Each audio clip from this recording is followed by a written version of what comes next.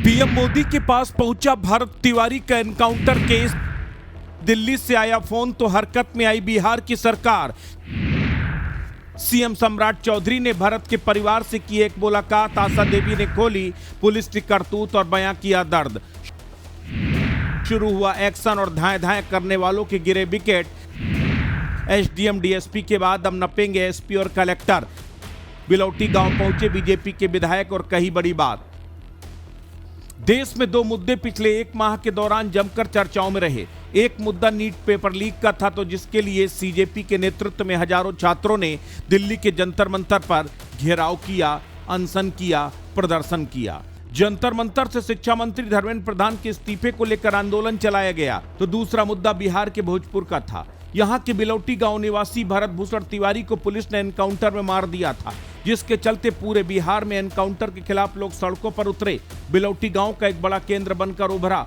आजाद भारत में पहली बार बिहार में महापंचायत हुई। इस महापंचायत में राजनीतिक दलों के नेताओं के अलावा अन्य सामाजिक संगठनों के लोग शामिल हुए। बिलौटी गांव में भरत को न्याय दिलाने को लेकर महाआंदोलन का आगाज हो गया। मामला बढ़ा तो सरकार ने पुलिसकर्मियों पर एफआईआर दर्ज करवा दी। सरकार ने न्यायिक आयोग का गठन कर दिया। सरकार को लग रहा था कि मामला शांत हो जाएगा, लेकिन ऐसा नहीं हुआ।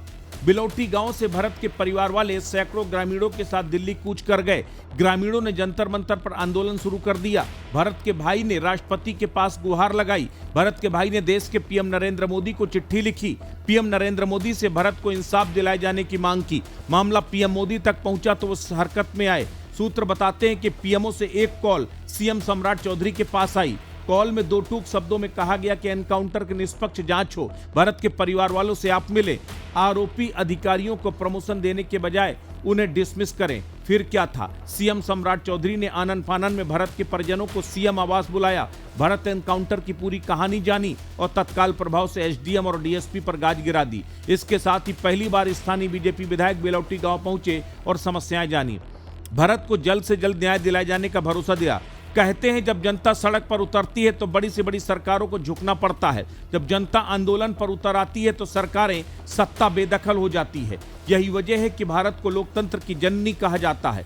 यही वजह है कि भारत के लोकतंत्र की जड़ें इतनी मजबूत हैं कि कोई भी राजनेता उन्हें हिला नहीं सकता, जिसकी बानगी एक बार नहीं बल्कि कई बार देखने को मिली है। हाल ही में नीट पेपर लीक को लेकर जनता सड़कों पर उतरी। छात्रों ने जंतर मंतर पर आंदोलन का आगाज किया, जिसके चलते जो लोग कहते थे कि बीजेपी में इस्तीफे नहीं होते, उनकी बात झूठ साबित हुई। छात्रों के आंदोलन के चलते धर्मेंद्र प्रधान को रिजाइन करना पड़ा।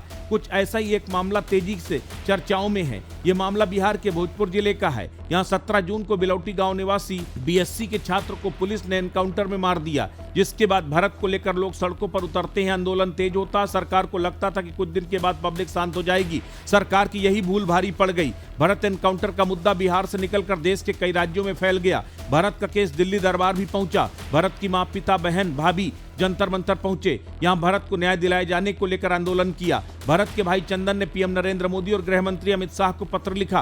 पत्र में भरत की मां के आंसू थे। पत्र में पीएम नरेंद्र मोदी से मांग की गई कि भरत एनकाउंटर की जांच सीबीआई से कराई जाए। भरत एनकाउंटर में शामिल पुलिसकर्मियों के अलावा एसडीएम और डीएसपी को जेल भेजा जाए। डीएम और एसपी पर जांच बैठाई जाए। भरत तिवारी के भाई और मां की फरियाद को पीएम मोदी ने सुना। सीएम सम्राट चौधरी को सख्त से सख्त कार्रवाई करने का आदेश दिया, जिसके बाद सीएम सम्राट चौधरी हरकत में आए। भरत के परिवार वालों को पटना बुलाया। सीएम आवास पर उनके साथ मुलाकात की। भरत की मां को सीएम ने आश्वासन दिया कि यह सरकार जनता की है। अगर एक भी व्यक्ति के साथ कुछ गलत होता है तो इस सरकार की जिम्मेदारी बनती है कि पीड़ित को न्याय मिले। सीएम ने भरत की मां से कहा कि माताजी आप धैर्य रखें, एक भी आरोपी बच नहीं पाएगा। न्यायपालिका आयोग निष्पक्ष तरीके से जांच कर रहा है। सीएम ने भरत की मां की मौजूदगी में एसडीएम और डीएसपी पर गाज गिरा दी। साथ ही डीएम और एसपी की जांच कराए जाने का आश्वासन दिया। इतना ही नहीं, शाहपुर विधानसभा क्षेत्र के स्थानीय विधायक राकेश ओझा एनकाउंटर के बाद बिलौटी से दूरी बनाए हुए थे। वो भी भागकर गांव पहुंचे और बाढ़ पीड़ितों की मुलाकात की। राकेश ओझा गांव का दौरा किया। ग्रामीणों ने विधायक को बताया कि भोजपुर जिला प्रशासन ने उन्हें उनके हाल पर छोड़ दिया है। भरत तिवारी जैसा कोई नहीं है जो आवाज उठाएगा। बिलौटी में उन्हें जहां बसाया गया है वहां गड्ढा है, वहां पानी भर गया है। प्रशासन ने मिट्टी भराई का काम ठीक से नहीं किया था, उसके बाद ये स्थिति बनी है। विधायक ने ग्रामीणों से कहा कि हर समस्या का निराकरण करवाया जाएगा।